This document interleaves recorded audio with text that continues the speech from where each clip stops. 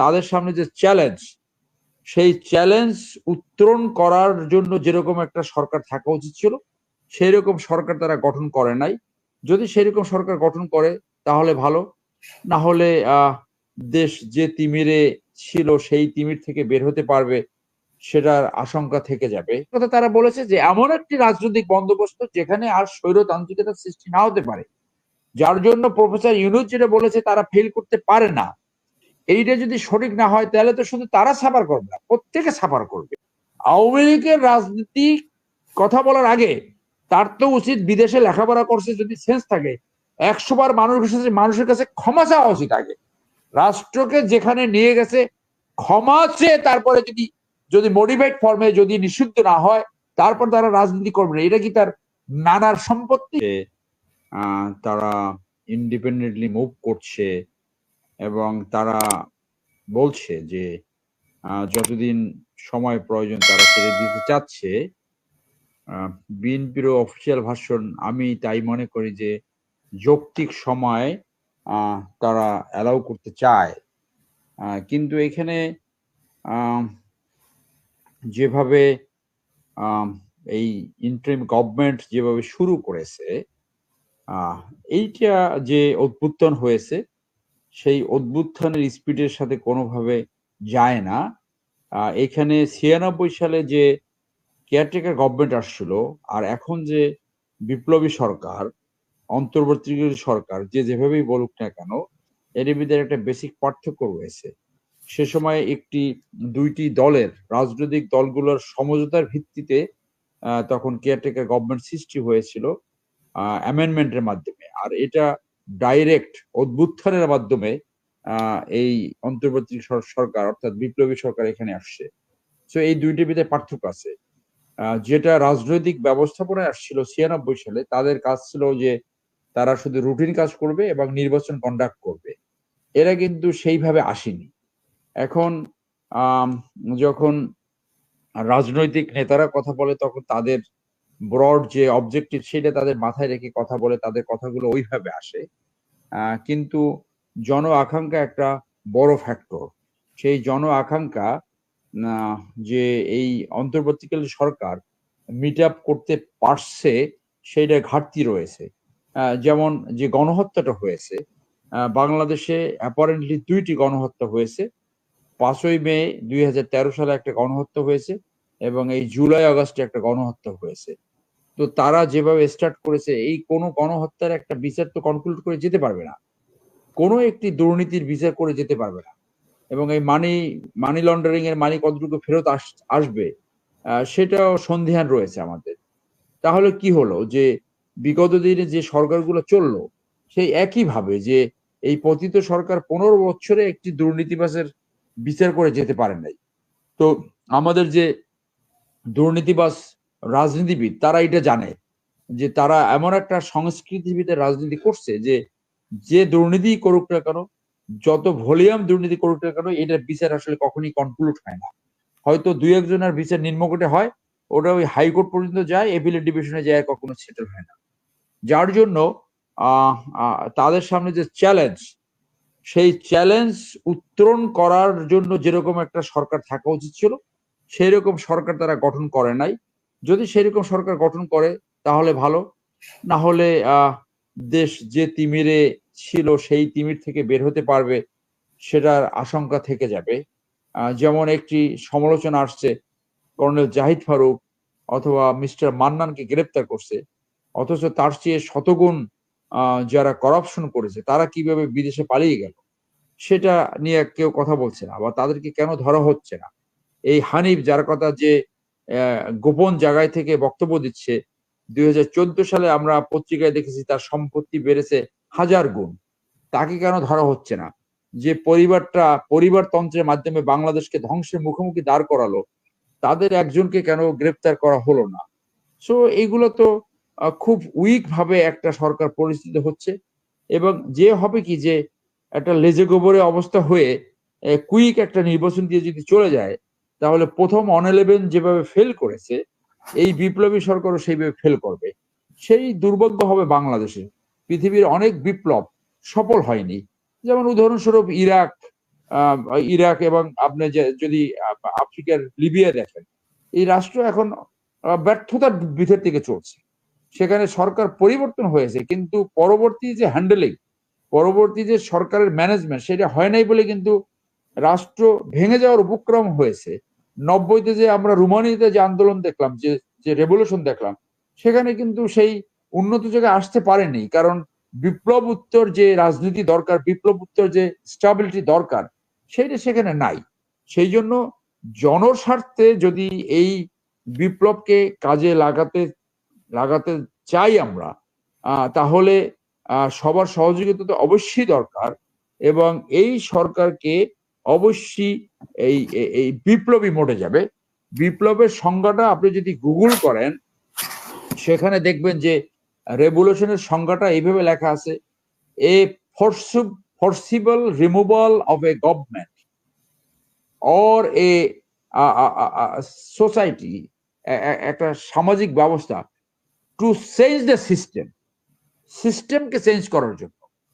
So এইটা তো সিস্টেমকে চেঞ্জ করার জন্য কিন্তু এটা আসছে। কি চেঞ্জের কথা তারা বলেছে? যে এমন একটি রাজনৈতিক বন্দোবস্ত যেখানে আর স্বৈরতান্ত্রিকতার সৃষ্টি না হতে পারে, যার জন্য প্রফেসর ইউনূস যেটা বলেছে তারা ফেল করতে পারে না। এইটা যদি সঠিক না হয়, তাহলে তো শুধু তারা সাফার করবে না, প্রত্যেকে সাফার করবে। যারা ক্ষমতায় যেতে চায় তারাও সাফার করবে। আমি সেই জন্য মনে করি যে এই সুযোগটাকে কাজে লাগিয়ে দুর্নীতিবাজ যারা দুর্নীতি করেছে, তাদের জন্য প্রয়োজন 50টা ট্রাইব্যুনাল করেন, আপনি এই কলেবার বাড়ান, এই এই সরকারের আমব্রেলা বাড়ান, এই সরকারকে একটা জাতীয় সরকারের রূপ দেন, যারা বিভিন্ন রাজনৈতিক মনোভাবাপন্ন, রাজনীতির সাথে ডাইরেক্ট অথবা ইনডাইরেক্ট জড়িত, কিন্তু অত্যন্ত সৎ এবং ডেলিভার করতে পারে, তাদেরকে সেখানে ইনক্লুড করেন। শুধু এইখানে কয়জন শিক্ষক এবং যাদেরকে চিনে সেই ধরনের লোককে নিয়ে সরকার গঠন করার কারণে অত্যন্ত অযোগ্য, ইনএক্সপিরিয়েন্সড এবং ভেরি উইক একটা সরকার পরিচালনা করছে। যে ধরনের মুভমেন্ট দরকার ছিল তার কিছুই হচ্ছে না। বড় বড় যারা দুর্নীতিবাজ তাদেরকে ধরা হচ্ছে না। একটা সেনাবাহিনীর একটা সিনিয়র অফিসার কিভাবে পালিয়ে গেল সেটা তো জনগণ জানতে চায়। এই পুলিশের যে হারুন, সে কোথায়? তাকে কেন ধরা হচ্ছে না? আইজিপি বেনজিরকে ফিরে আনার জন্য কি ব্যবস্থা নিচ্ছে? সেগুলো করা হচ্ছে না। তো বড় বড় দুর্নীতিবাজ কয়জন মানুষকে বাংলাদেশে বিচার করলে বাংলাদেশ ঠিক হবে? আমি মনে করি ম্যাক্সিমাম 500। তো 20 কোটি লোকের ভিতরে 500 লোকের যদি আপনি বিচার করতে না পারেন, তাহলে আপনার সেই রেভলিউশনারি, আপনার যে বিপ্লবের যে আকাঙ্ক্ষা, সেটা তো কোনোভাবে পূরণ হবে না। পুনর্বাসিত হবে সেই দুর্নীতিবাজরা, এবং এই দুর্নীতিবাজদের ভুলের কারণে আবার এই পতিত সরকার এদিক থেকে ওদিকে খোঁচা দিয়ে অন্যভাবে আসবে। এই যে তার একটা ছেলে, এই যে তার ছেলে, এই পতিত শেখ হাসিনার ছেলে, যে তার রাজনীতি হইলো আওয়ামী লীগ চুরি করবে, ডাকাতি করবে, গুন্ডামি করবে, টাকা পাচার করবে, এইটা তাদের বাকি সবাইকে সমর্থন করবে। আওয়ামী লীগের রাজনীতি কথা বলার আগে তার তো উচিত, বিদেশে লেখাপড়া করছে যদি সেন্স থাকে, 100 বার মানুষের কাছে ক্ষমা চাওয়া উচিত আগে। রাষ্ট্রকে যেখানে নিয়ে গেছে ক্ষমা চেয়ে তারপরে যদি মডিফাইড ফর্মে যদি নিষিদ্ধ না হয়, তারপর তারা রাজনীতি করবে না। এটা কি তার নানার সম্পত্তি না তার মায়ের সম্পত্তি যে আপনি যেভাবে সেভাবে রাষ্ট্র চালাবেন? আমি আবারও সেই কথা বলবো, এই পতিত সরকার যাতে আর কখনো বাংলাদেশে এসে আবার সেই দুর্বৃত্তায়িত এবং অটোক্রেসি ফেসিজম সৃষ্টি না করতে পারে, সেটা একটা চ্যালেঞ্জ।